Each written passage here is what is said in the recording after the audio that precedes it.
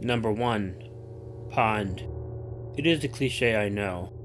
But when a couple of friends and I were done with our finals in college, and we had a lot of other things going on in our lives as well, we decided to find a way to take it really easy for a while. My friend Mandy's grandparents owned a cabin out in the country and down south of us that we were going to spend a week in. Now, it wasn't a cabin alone in the middle of the woods, like so many scary stories take place in. It was in a rural area, but there were other houses around too. There were at least 2 other houses within sight of the cabin. It was sitting right on a really small lake that I almost think seemed more like a pond because of its size. I guess Mandy wanted to go swimming in it, but I had never swam in anything other than a pool before, and wasn't about to start on this trip. Really quickly after we got there, we got a visit from an old man who lived in the house that was closest to us. He was friends with Mandy's grandparents. He seemed like a nice old guy, but I guess it seemed a little macho to me to have a man think that he had to offer to check in on 3 young women just because they were alone for a week. But he obviously meant well, and I was at least happy about that. It was the day when we first spent some time out by the little lake that things began to get a little uncomfortable for me. Mandy and our friend Tonya went swimming, but I just lay on a blanket on the shore. The idea of swimming in dirty water just was not something that I wanted to do. At one point during the day, though, I noticed something happening on the other side of the lake. There was a lot of woods out there, and I watched as somebody came out of the woods, and he was looking at all 3 of us as he did. It was pretty warm outside, but he was dressed in really warm clothing. He had a rifle with him as well, and it was obvious from his attire that he was out hunting. He stood there for a little while, watching my friends in the lake, while they didn't notice him, looking at them. I got up and walked over to the shore, and my friends noticed me. I pointed to the guy, and they looked over and saw him watching them. Of course, they weren't bothered by it at all. They were 2 attractive women in swimsuits. It was not surprising that an older guy would be watching them. But when they waved at him, trying to be overly friendly, he didn't wave back. He only acknowledged any of us with a really curt nod of his head. But it was the fact that he kept standing there, watching, that was really making us uneasy. Finally, though, the guy went on his way. My friends got out of the water, and we eventually went back to the cabin because our outside time was pretty much ruined. By the end of the first day, we had really forgotten all about what had happened. Like I said, it wasn't strange to see a guy staring at some scantily clad women. We ended up just having the good time that we were expecting to have. It was the middle of the night, and I was pulled out of sleep by something. When I got my bearings, I realized that I was hearing some sort of strange noise. It wasn't like anything I'd heard before, and I'm not even sure how to describe it now.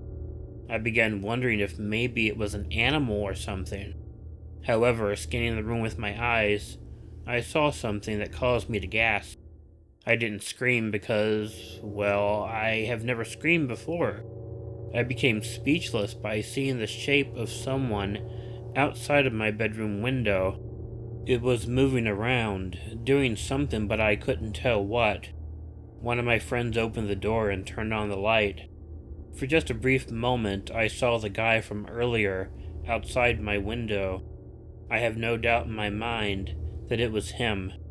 But soon after the light turned on, he disappeared from the window. We called the police because who wouldn't have by that point? But there wasn't much they could do other than tell us to call them again if he came back. He didn't come back, though.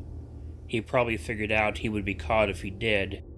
That really didn't help us feel any better, and a dark cloud sort of hung over the rest of our vacation.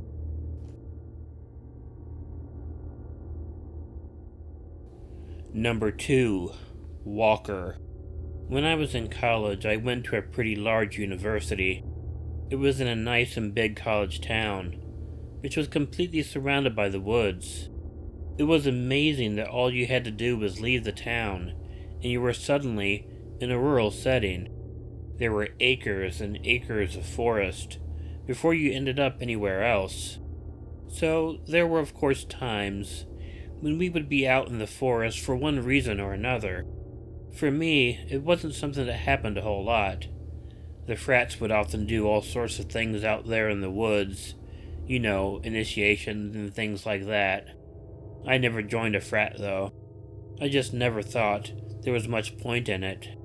Although the school had a really big population, it would turn into a dead town during the winter college break. It's a northern school, so the winters were pretty cold. I was one of the very few students, the entire 4 years that I was there, who always remained on campus during the winter breaks. I had an old beater car that I had throughout my college years. It was convenient for me because the closest Walmart was a good 45-minute drive away from the campus. I had to shop there for food, especially during the winter when I couldn't get food from the cafeterias and delis that the school had because they were closed. So I was probably out at the Walmart once a week because the mini fridge in my room had such a small area for a freezer that I couldn't stock much stuff into it. This happened after Christmas, when everything got even colder and deader than it had been at the beginning of the break. I was at Walmart, which I was surprised to see how dead it was too, since it was normally overcrowded with people. I picked up enough stuff to last me for a week, and then went on my way back to campus. Driving through the wooded area, I immediately noticed that there was someone walking in the direction of the campus too. My first thought was that I couldn't understand why anyone would be walking out in the cold like he was. My second thought was that I should probably stop and offer him a ride. The heater in my car didn't work very well, but anything had to be better than walking out in the cold like that. But as I was driving by him, and I was considering pulling off to the side of the road and offering him a ride, I caught a better look at the guy. There was something that was very scary, not only about the way he looked, but the way he looked at me as I drove by him. He must have noticed that I did slow down a bit, like I was planning on stopping and offering him a ride. But I swear, there was something about the guy that scared the living daylights out of me. Instead of stopping and offering the ride, I looked away and kept on driving. I felt like a total heel for doing it, but I just knew at that moment that I couldn't stop. I looked at him in my mirrors as I drove on, and he didn't seem upset. He didn't make any rude gestures or anything at me to indicate he knew I almost stopped but changed my mind. I drove on for a little bit longer before something really bad happened. My car started getting some sort of smoke coming in through the vents. I didn't know what was going on, but it wouldn't stop either, so I had to pull it over to the side of the road. I tried figuring out what was wrong with it. While I had the hood up, through the space at the base of the hood, I eventually noticed that the guy who I didn't stop and give the ride to was in the distance. I think he stopped for a moment when he saw the car on the side of the road. I don't think that he could tell that I could see him though, but I did quit fiddling around with the engine for a few moments to watch him and see what he was up to. After standing there for a few moments, I saw him take off his backpack and place it on the ground. He was there, rummaging through it for a few moments, while I watched him through the space on the hood. I had no idea what he was doing, but I could only figure that it couldn't be good. I mean, unless he had tools in there and was trying to find something that would help me fix the car. But I seriously doubted that.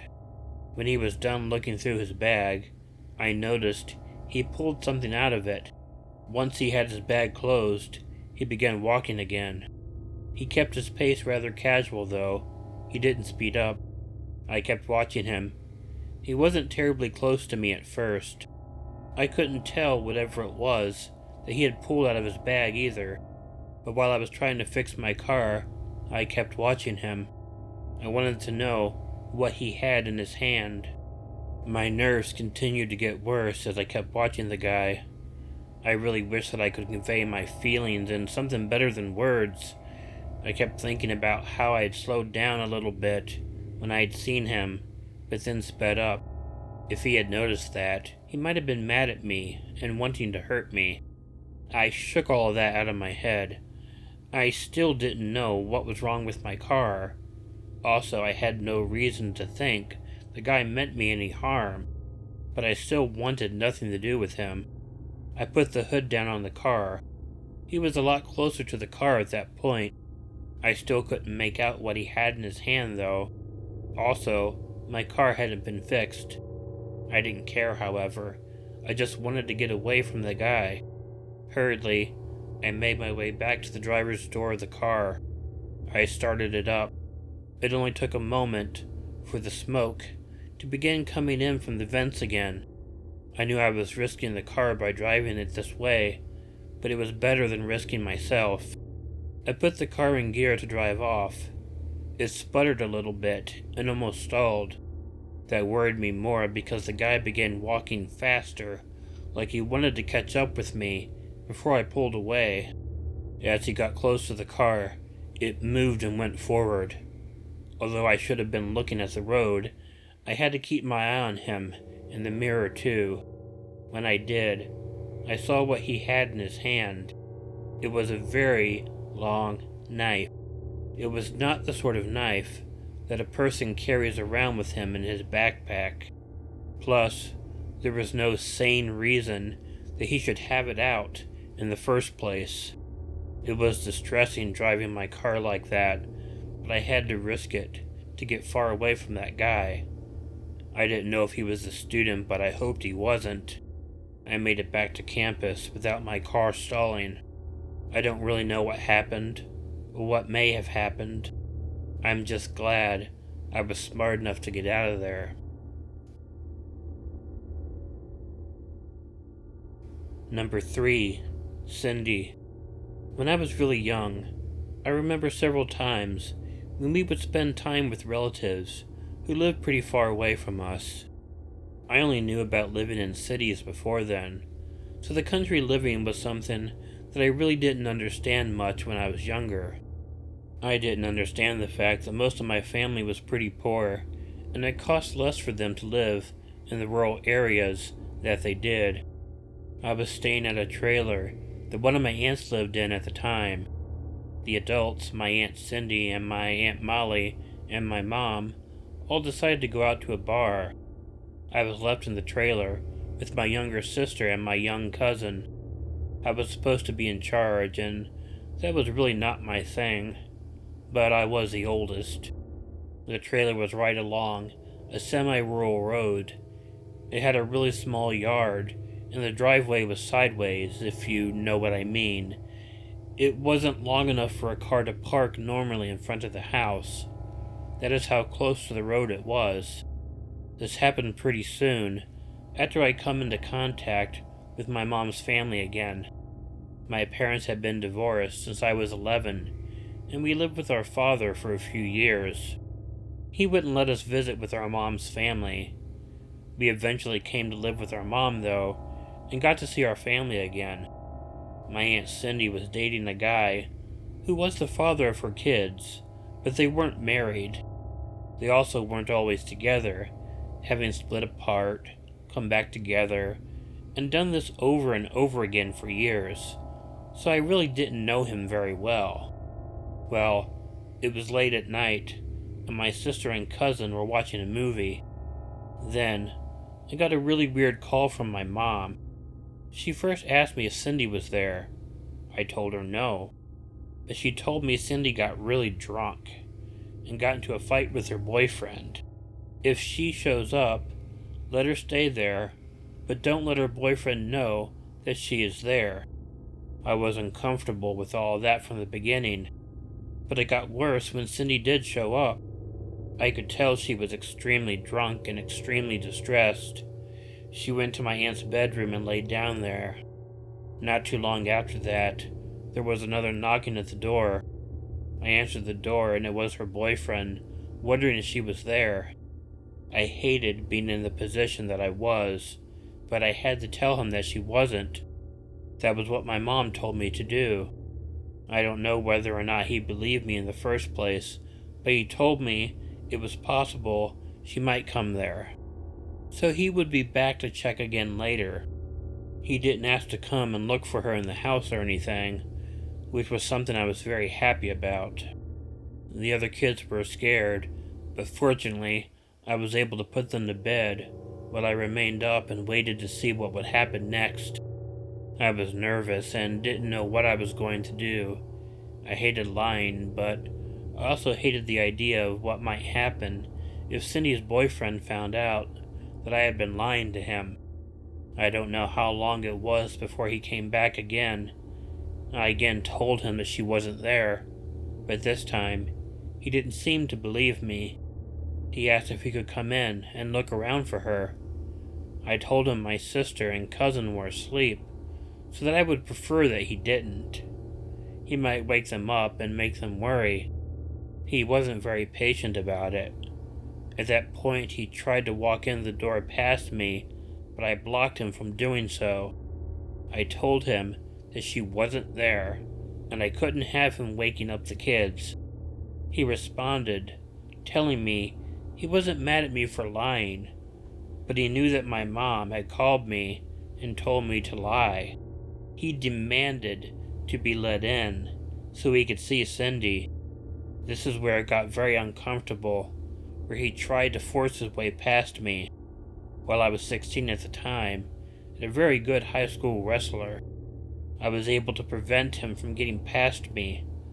I was also able to force him out the doorway in time for me to be able to close and lock the door on him. He completely lost it after that. He began pounding on the door, screaming at me to be let in. I mean, he wasn't only angry, he seemed like he had lost his mind. He kept banging and screaming, and I really didn't know what to do. I think before I realized it, he realized that one of the windows to the trailer was open. So I went over to it, and I heard him trying to take the screen out of it. When I went to try and stop him, he took his pocket knife out of his pocket and threatened me to keep out of his way, or I would regret it. He then tried to thrust the knife through the screen when I didn't comply. Fortunately, it didn't work, and I was able to get the window closed and locked. That solves very little, though. He began banging on the window with his fist first, and then with a pocket knife. I was terrified he was going to break through the window. I could fight him off, but I couldn't fight against a knife. Furthermore, I was so pissed off at my mom and my other aunt for putting me in this position. I remember thinking that they should have come home right away, rather than putting me in this position. Plus, there were no other houses close enough to hear what was going on, so no one was coming to help. After banging on several windows, I finally watched as a light came through the window. My other aunt and my mom had gotten home, along with my stepdad. The banging on the window stopped, and I heard a lot of yelling going on outside. Eventually, I heard someone driving away before my family came into the house. They had gotten the boyfriend to leave, which was a relief, but I had been really terrified there for quite a while. I furthermore was scared the guy might come back, but at least if he did, I wouldn't be the one that had to deal with him. He didn't come back while I was there, and I know Cindy eventually left him.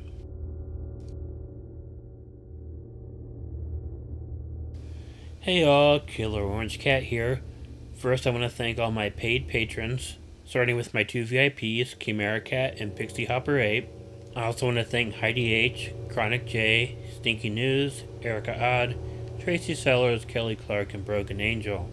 As I'm sure you noticed at the beginning of the video, I wanted to dedicate this video to my Aunt Dorothy, who last week had to enter into hospice care. She's been fighting with cancer for a while, and I guess right now it's terminal. I wish that I could be there to help her out through this. She's always been my favorite of my aunts. I've been a lot like her in many ways, so I've always felt I understood her, and she's also the only family member I know, outside of my immediate family, who watches my videos. Several of my first account stories actually are stories that she told me about things that have happened in her life in the past, and I've shared those stories here. So I'm going to miss her very much. She's still with us now, and hope she'll have some more time with us, but Dorothy, this video was for you. Everyone else, if you like this video, please let me know by hitting the like button. If you're not already subscribed to Killer Orange Cat and you'd like to be, please hit the subscribe button and the bell to be notified of new videos. Leave me a comment, which I'll do my best to get back to, and consider sharing the video with someone you think might enjoy it. If you have an original story you want narrated on Killer Orange Cat, please send it to the address included in the description.